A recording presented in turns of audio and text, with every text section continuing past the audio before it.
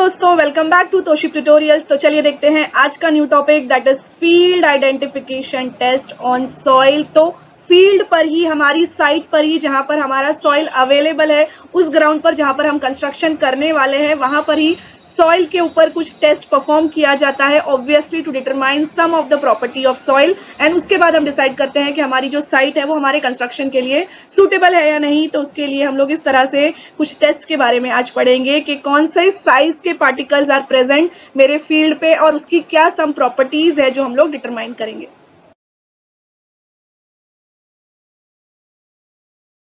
And we have the first field identification test on soil, which is visual examination. तो देखने के बाद ही soil के साइज को, उसके शेप को, उसके कलर को एंड कुछ तरह से उस सॉइल को फील करके हम कैसे आइडेंटिफाई करेंगे कि that given soil is which type of soil. तो सबसे पहला मेथड है observe the colour, particle size and shape of the soil sample. जो हमारे फील्ड पर पड़ा हुआ है उससे हम लोग थोड़ा अंदाजा लगाएंगे कि कौन सा टाइप का सॉइल सैंपल है। एंड उसके बाद और चीजें हम लोग बाय विजुअल एग्जामिनेशन चेक कर सकते हैं कि हमारा सॉइल सैंपल वो कोर्स ग्रेन्ड है, ग्रेवल या सैंड, या फिर फाइन ग्रेन्ड है which is silt and clay.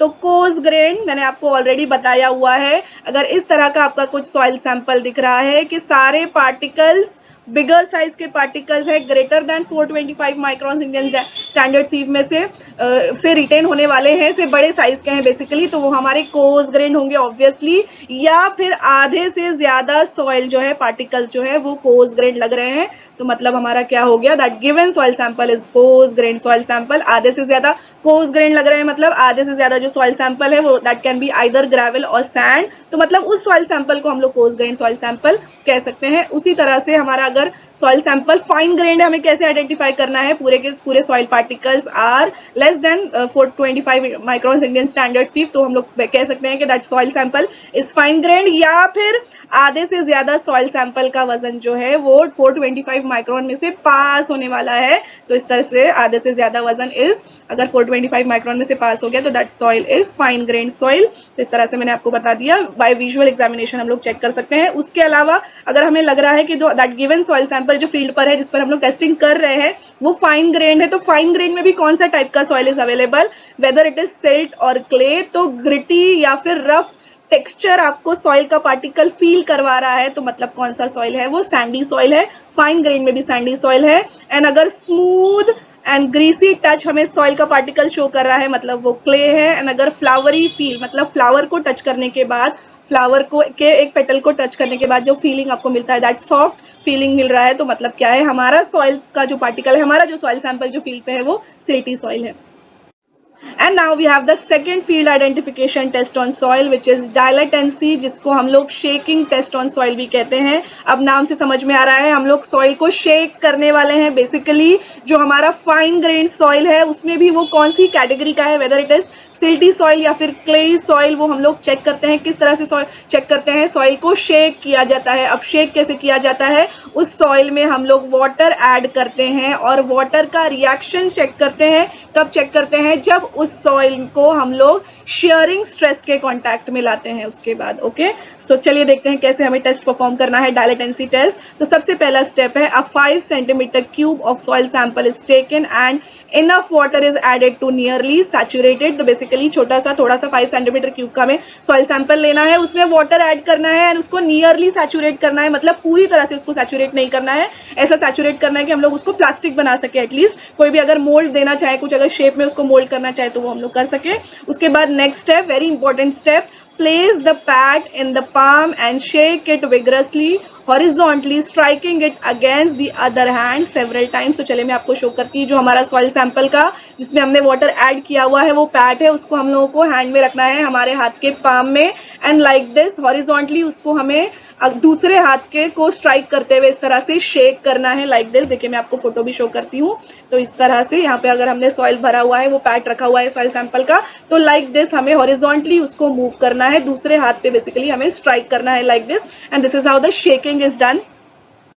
And now the next step, if the surface becomes glossy and water appears quickly, the soil indicates it is silt soil, तो बोलने का मतलब ये है कि अगर हमारा सॉइल सैंपल का सरफेस कुछ इस तरह से ग्लॉसी नजर आ रहा है, बेसिकली उसके सरफेस पे वाटर हमें अपीयर होता हुआ नजर आ रहा है, तो हमें ये पहचानना है कि that given soil sample is silt. Okay, and the next step, squeeze the sample between fingers. After that, if the sample shows no change in the surface glossiness during the shaking and remains plastic during squeezing, it is clay. तो बोलने का मतलब ये है हमारे soil sample में अगर हमें वाटर ऊपर अपीयर होता हुआ नजर नहीं आ रहा है, कोई भी ग्लॉसीनेस नजर नहीं आ रही है इस तरह से लाइक दिस, तो हमारा जो गिवन सॉइल सैंपल है वो क्ले है.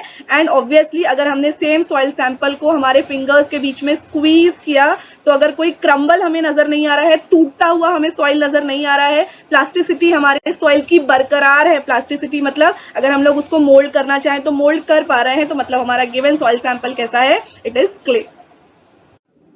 And now we have next field identification test on soil, that is dry strength test. तो अभी हमें नाम से समझ में आ रहा है सॉइल को हमें पहले ड्राई करना है और फिर उसकी स्ट्रेंथ चेक करना है. किस तरह से करेंगे चलिए देखते हैं. तो the wet soil sample is completely dry in the sun और बाय एयर ड्राइंग. तो इस तरह से कोई भी मेथड का हम लोग को अडॉप्ट कर सकते हैं वेट सॉइल सैंपल को ड्राई करने के लिए. अब उस वेट सॉइल सैंपल को इस तरह से हमारे फिंगर्स के बीच में हमें रखना है और प्रेशर अप्लाई करना है. और क्या चेक करना है हमें, if the dry sample can be easily powdered, it is said to have low dry strength. तो ये बहुत ही आसान है. अगर हमें फिंगर प्रेशर उस पत्थर को, उस मिट्टी को, ड्राई मिट्टी को तोड़ने के लिए, उसको पाउडर बनाने के लिए जो प्रेशर, फिंगर प्रेशर लग रहा है वो बहुत ही कम लग रहा है और वो इजीली पाउडर हो जा रहा है हमारा सॉइल सैंपल, मतलब कैसा है हमारा soil sample, having low dry strength. Okay, उसी तरह से if considerable pressure is required to break the lump, इस लंप को तोड़ने के लिए अगर हमें एक मॉडरेट प्रेशर लग रहा है, रिक्वायर्ड हो रहा है, एंड उसके बाद हमारा लंप जो सॉइल है उसका लंप टूट रहा है, मतलब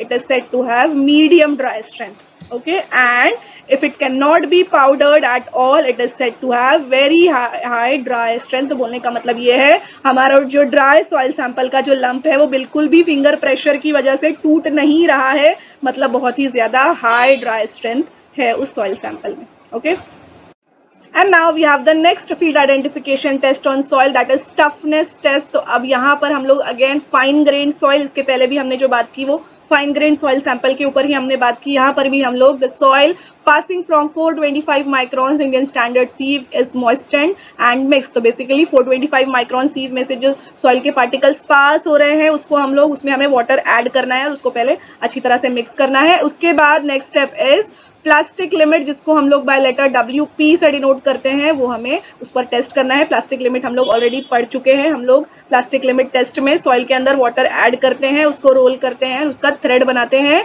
और हम लोग तब वाटर कंटेंट फाइंड आउट करते हैं जब हमारी थ्रेड जो कि 3 mm डायमीटर की होती है वो क्रम्बल ना होने लगे, तो वो हो गई हमारी plastic limit. That water content, जब हमारा थ्रेड, सॉइल का थ्रेड जो ब्रेक हो रहा है 3 mm डायमीटर का थ्रेड बनाने के बाद, तो उसको हम लोग बोलते हैं that plastic limit of soil. यहाँ पर भी soil is rolled into 3 mm diameter thread like this. The water content eight which it crumbles, it is WP which is plastic limit of soil. तो ये मैंने अभी आपको बता दिया है. थ्रेड बनाने के बाद 3 mm डायमीटर की थ्रेड जब क्रम्बल हो रही है, ओके, तो उस वक्त हम जो वाटर कंटेंट डिटरमाइन करेंगे वो हमारा हो जाएगा सॉइल का plastic limit which is WP.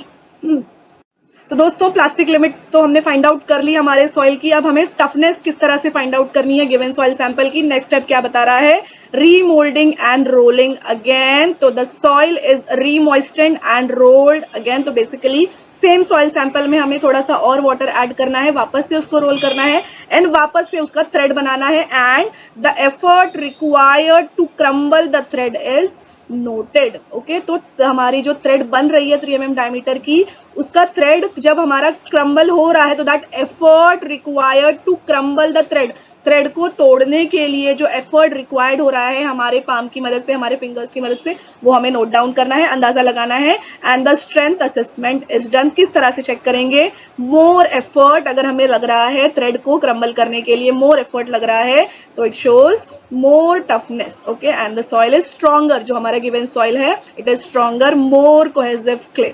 While less effort it means, it indicates it is silt. तो बोलने का मतलब ये है ज्यादा एफर्ट रिक्वायर्ड हो रहा है to crumble the thread, thread को तोड़ने के लिए ज्यादा एफर्ट लग रहा है, मतलब हमारा जो सॉइल है वो ज्यादा कोहेसिव है, उसके पार्टिकल्स बहुत ही अच्छे से आपस में अट्रैक्टेड है. एंड ऐसा सॉइल के पार्टिकल्स जो आपस में अच्छे से अट्रैक्टेड है उस सॉइल सैंपल को हम लोग कहते हैं क्ले. ओके एंड अगर लेस एफर्ट लग रहा है थ्रेड को तोड़ने के लिए, क्रम्बल करने के लिए, मतलब it will the silty soil. Okay